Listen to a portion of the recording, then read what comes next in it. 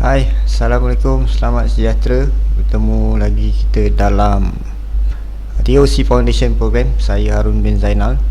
Ok, so saya rasa yang video ni adalah video yang ketiga untuk bab 4. So video sebelum ni, video yang kedua, kita telah pun membincangkan mengenai cylinder head component.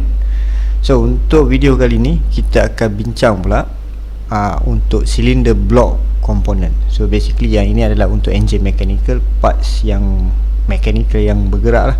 So part mechanical. Ok, so kita tengok apa yang kita ada pada cylinder block component. So ini adalah kita punya learning objective untuk video kali ni. Kita nak mengenal pasti komponen yang ada pada cylinder block dan juga dia punya fungsi. Okey, dan juga kita akan tengoklah karakteristik of stationary component. Macam dalam video yang kedua saya ada bagi tahu untuk engine mechanical ni kita ada dua bahagian, satu stationary, satu lagi yang tak bergerak. Okey. Okey, so kita tengok pada cylinder block. Okay, so cylinder block ni function dia biasanya adalah untuk determines the engine displacement lah.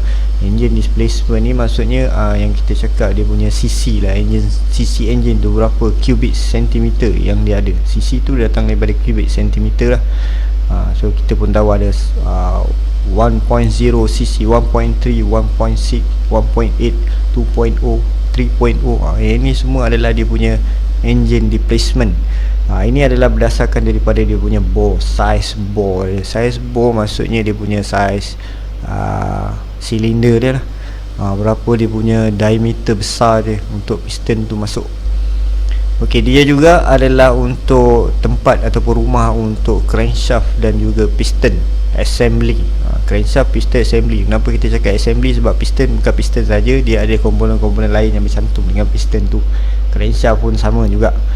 Right, so dekat blok ni kita ada water jacket and oil galleries. Water jacket tu apa? Dia adalah tempat air dia. Nanti kita tengok apa dia Dan juga dia punya channel untuk oil galleries. Oil galleries ni maksudnya minyak lah. Minyak akan lalu dalam ni, dalam blok ni untuk naik ke atas untuk sampai ke cylinder head kita.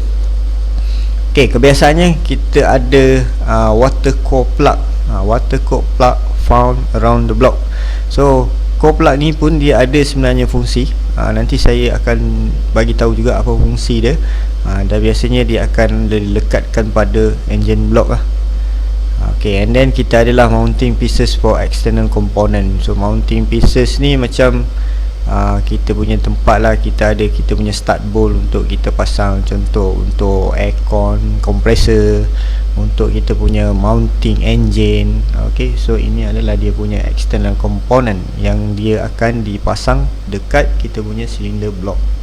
Inilah cylinder block. Yang ini adalah cylinder inline, 4 inline. Kita ada banyak lah, kita ada twin. Itu nanti kita tengok lah. Okay, so next kita pergi dulu water jacket. Apa tu water jacket? Water jacket ni adalah dia satu macam hollow casing. Nak kata hollow macam mana, dia dalam ni dia kosong. Dia dekat cylinder block ni, dalam cylinder block tu ada ruangan kosong. So ruangan kosong ni dia sebenarnya adalah untuk laluan air lah. Allow pump coolants to be circulate around the engine cylinder to absorb excess heat generated during combustion. Maksud dia bila ada berlakunya lejang kuasa tu, ada berlakunya letupan, maknanya ada haba, suhu yang tinggi. So suhu ni perlu disejukkan. Tapi enjin yang terlalu sejuk pun tak bagus juga. So memang dia ada dia punya working temperature lah. Maksudnya setiap enjin tu dia ada working temperature dia. Macam kita kebiasaannya lah, common working temperature untuk enjin dia lebih kurang dalam 90 sehingga ke dekat-dekat 100 lah. Dia dalam keadaan tu, enjin kalau panas keadaan macam tu, enjin tu bergerak dengan baik lah, dengan bagus. Maknanya dia punya performance tu bagus. Kalau enjin dalam keadaan sejuk pun tak bagus juga. Sebab dia adalah sebab-sebab dia. Maknanya bila dia punya keadaan panas tu, besi-besi tu mungkin mengembang pada dia punya tahap yang sesuai. So kalau dia sejuk sangat, mungkin besi-besi tu mengecut. So dia mungkin akan kurang lah maksudnya. Okay. So bila dia punya daya geseran pun mungkin akan jadi terlalu banyak ke ataupun terlalu kurang ke. So ini sebab ni lah, tak boleh terlalu sejuk, tak boleh terlalu panas. So maknanya kita kena maintain kita punya engine dalam keadaan working temperature. Sebab tu kita ada panggil dia working temperature. So untuk maintain, so kita perlukan air ni, water jacket ni dia akan maintain lah. Maknanya air tu pun panas juga, tapi air tu tak akan terlalu panas lah.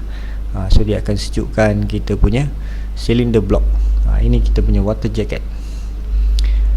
Okay, so nanti dulu. So kita tengok pada core plug ni pula. Tadi tak ada cerita. Alright, so kenapa ada core plug ni pula? So core plug ni sebenarnya function dia adalah untuk dia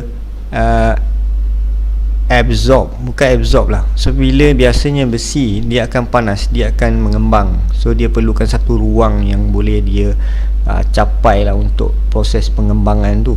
So sebab tu dia letak core plug ni.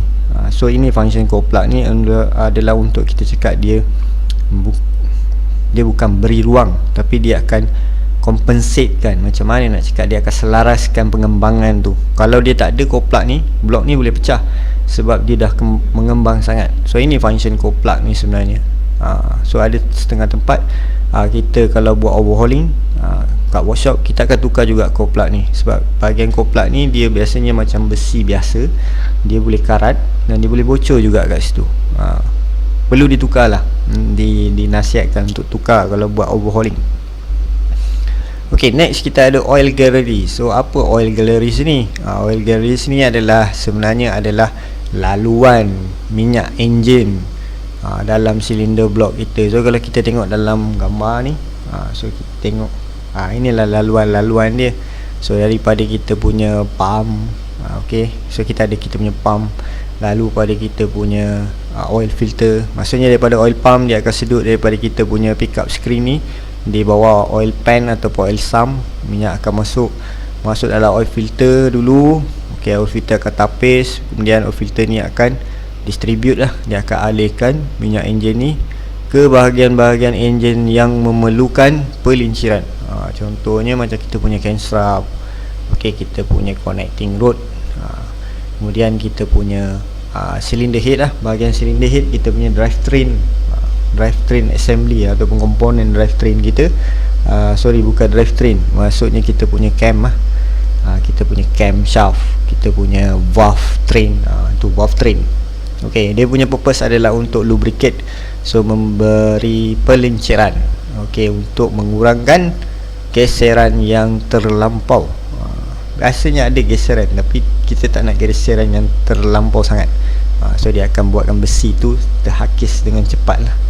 Ok, nanti kita ceritalah pasal minyak enjin pula. Kenapa saya panggil minyak enjin, tak panggil minyak hitam? Sebab dia memang nama dia engine oil, bukan black oil. Ok, right, ni ada pun water core plug. Ok, ini water core plug ni dia bagi tahulah cylinder block during casting has several opening hole. The opening hole are sealed or blocked by water core plug that is also known as expansion plug or sealing disc. It purpose to allow coolant expansion without cracking or breaking the block. So maknanya bila air tu panas, dia mengembang, so dia takkanlah tolaklah permukaan blok ni. So dia adalah core plug ni, dia akan expand lah sikit. So tak adalah pecah blok. Ini guna dia water core plug. Ok, so di bawah blok kita ada satu crankcase. Alright, so biasanya located below the cylinder block which crankshaft is fitted. So crankcase ni adalah untuk rumah crankshaft lah. So crankshaft kita akan pasang lah, so dia akan ikat crankshaft tu. Dia ada main bearing untuk crankshaft tu berpusing. So main bearing biasanya dia letak kat bahagian ni, yang longkang-longkang ni. Itu adalah main bearing dia. Memang dia punya bearing bukan dalam macam roller bearing, ball bearing yang biasa kita tengok. So dia satu macam besi yang melengkung saja, tapi dia sebenarnya adalah bearing. Bolted below cylinder block with gasket placed between the two component. Dia ada gasket juga. Ada setengah ada gasket, ada setengah tak ada gasket. Kalau tak ada gasket, biasanya kita akan letak sealant lah. So dia memang akan dipasang lah untuk crankshaft. Kalau tak ada crankshaft, tak ada tempat untuk pegang dekat kita punya cylinder block. So ini kita punya crankcase. Ok, yang paling bawah sekali punya komponen, kita ada oil sump. Oil pan, oil sump sama juga. Ada setengah orang dalam manual, ada setengah manual dia tulis oil sump, ada setengah manual dia tulis oil pan, tapi dua-dua sama. So function dia apa, dia akan collect ataupun dia akan sebagai tangki lah kita cakap. So minyak-minyak enjin yang naik ke atas tu, dia selepas dia dah masuk ke bahagian-bahagian komponen yang bergerak-gerak tu, so nanti minyak tu akan turun. So oil sump ni dia akan collect. So dia dekat sump ni dia akan collect, dan tujuan dia juga adalah untuk menyejukkan lah, sekejap je sejukkan, sejuk sikit lah kita cakap. And then sebelum dia masuk pada kita punya pickup screen tadi, so kita ada satu macam satu saluran lah yang dia akan sedut, tapi bukan dia yang sedut, pump yang sedut, tapi pump tu sambung pada saluran tu. Kita panggil dia pickup screen. So dia ada filter juga dekat situ, so dia akan filter lah habuk-habuk besi yang ada bercampur dalam minyak enjin tu. Ok, so itu saja untuk engine block. Mana kita punya block punya komponen. Ok, so macam biasalah, kalau ada apa-apa soalan nak tanya, boleh tanya saya untuk berkenaan dengan engine block. So kita akan sambung lagi untuk komponen engine yang lainnya dalam video yang seterusnya lah. Ok, so macam biasalah, saya ucapkan terima kasih kerana sudi menonton video ni, dan kita jumpa lagi dalam video yang akan datang. Assalamualaikum, salam sejahtera, dan jumpa lagi.